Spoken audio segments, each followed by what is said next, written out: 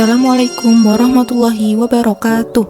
Halo semuanya, perkenalkan kami dari kelompok 8, saya Atika Khairunisa bersama dengan 3 rekan saya yaitu Agusta Cabral, Neti Yonanda, dan Diva Mawarni.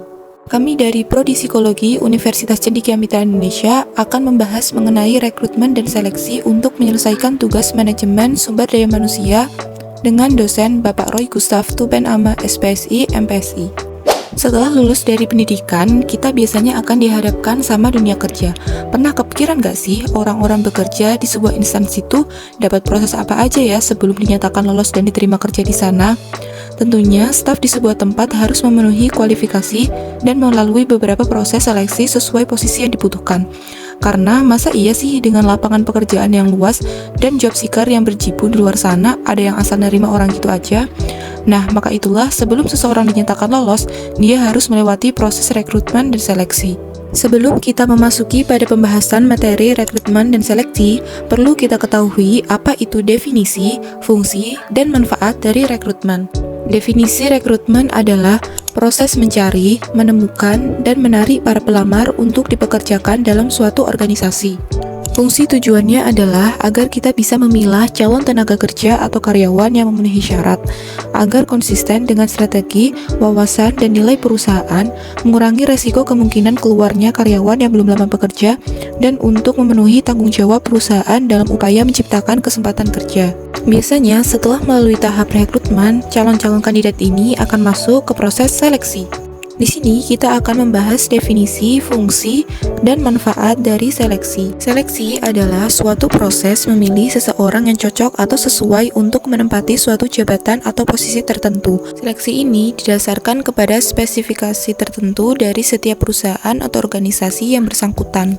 Fungsi dari proses seleksi ini adalah untuk memfilter dan menganalisa calon karyawan lebih dalam lagi untuk memastikan dan mengurangi resiko ketidaksesuaian performa kerja. Nah, untuk manfaat dari seleksi ini adalah yang pertama, mendapatkan calon karyawan dengan keterampilan dan kemampuan yang dapat melakukan pekerjaan dengan baik. Kedua, investasi tidak langsung perusahaan melalui pengeluaran biaya untuk mempekerjakan karyawan baru. Dan yang ketiga, memperlakukan pelamar secara adil dan meminimalkan diskriminasi. Sebelum kita mulai rekrutmen dan seleksi, ada baiknya kita mengetahui posisi apa yang dibutuhkan dan menetapkan kriteria-kriteria yang diinginkan. Setelah itu, kita bisa mengikuti tahapan seperti berikut. Setelah menetapkan kriteria yang diinginkan, yaitu memilih berbagai prediktor. Tentukan waktu yang tepat untuk mengukur setiap prediktor dan mengolah informasi yang terkumpul dan mengambil keputusan seleksi. Berikut adalah tahap-tahap seleksi. Wawancara awal, tes kerja, wawancara seleksi, pemeriksaan referensi dan latar belakang, pemeriksaan kesehatan, wawancara dengan calon atasan, tinjauan kerja nyata, dan keputusan penarikan karyawan baru. Selanjutnya, berikut adalah proses-proses dari rekrutmen sendiri.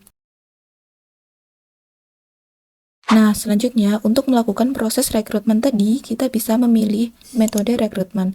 Di sini, kita memiliki dua metode, yaitu metode internal dan eksternal.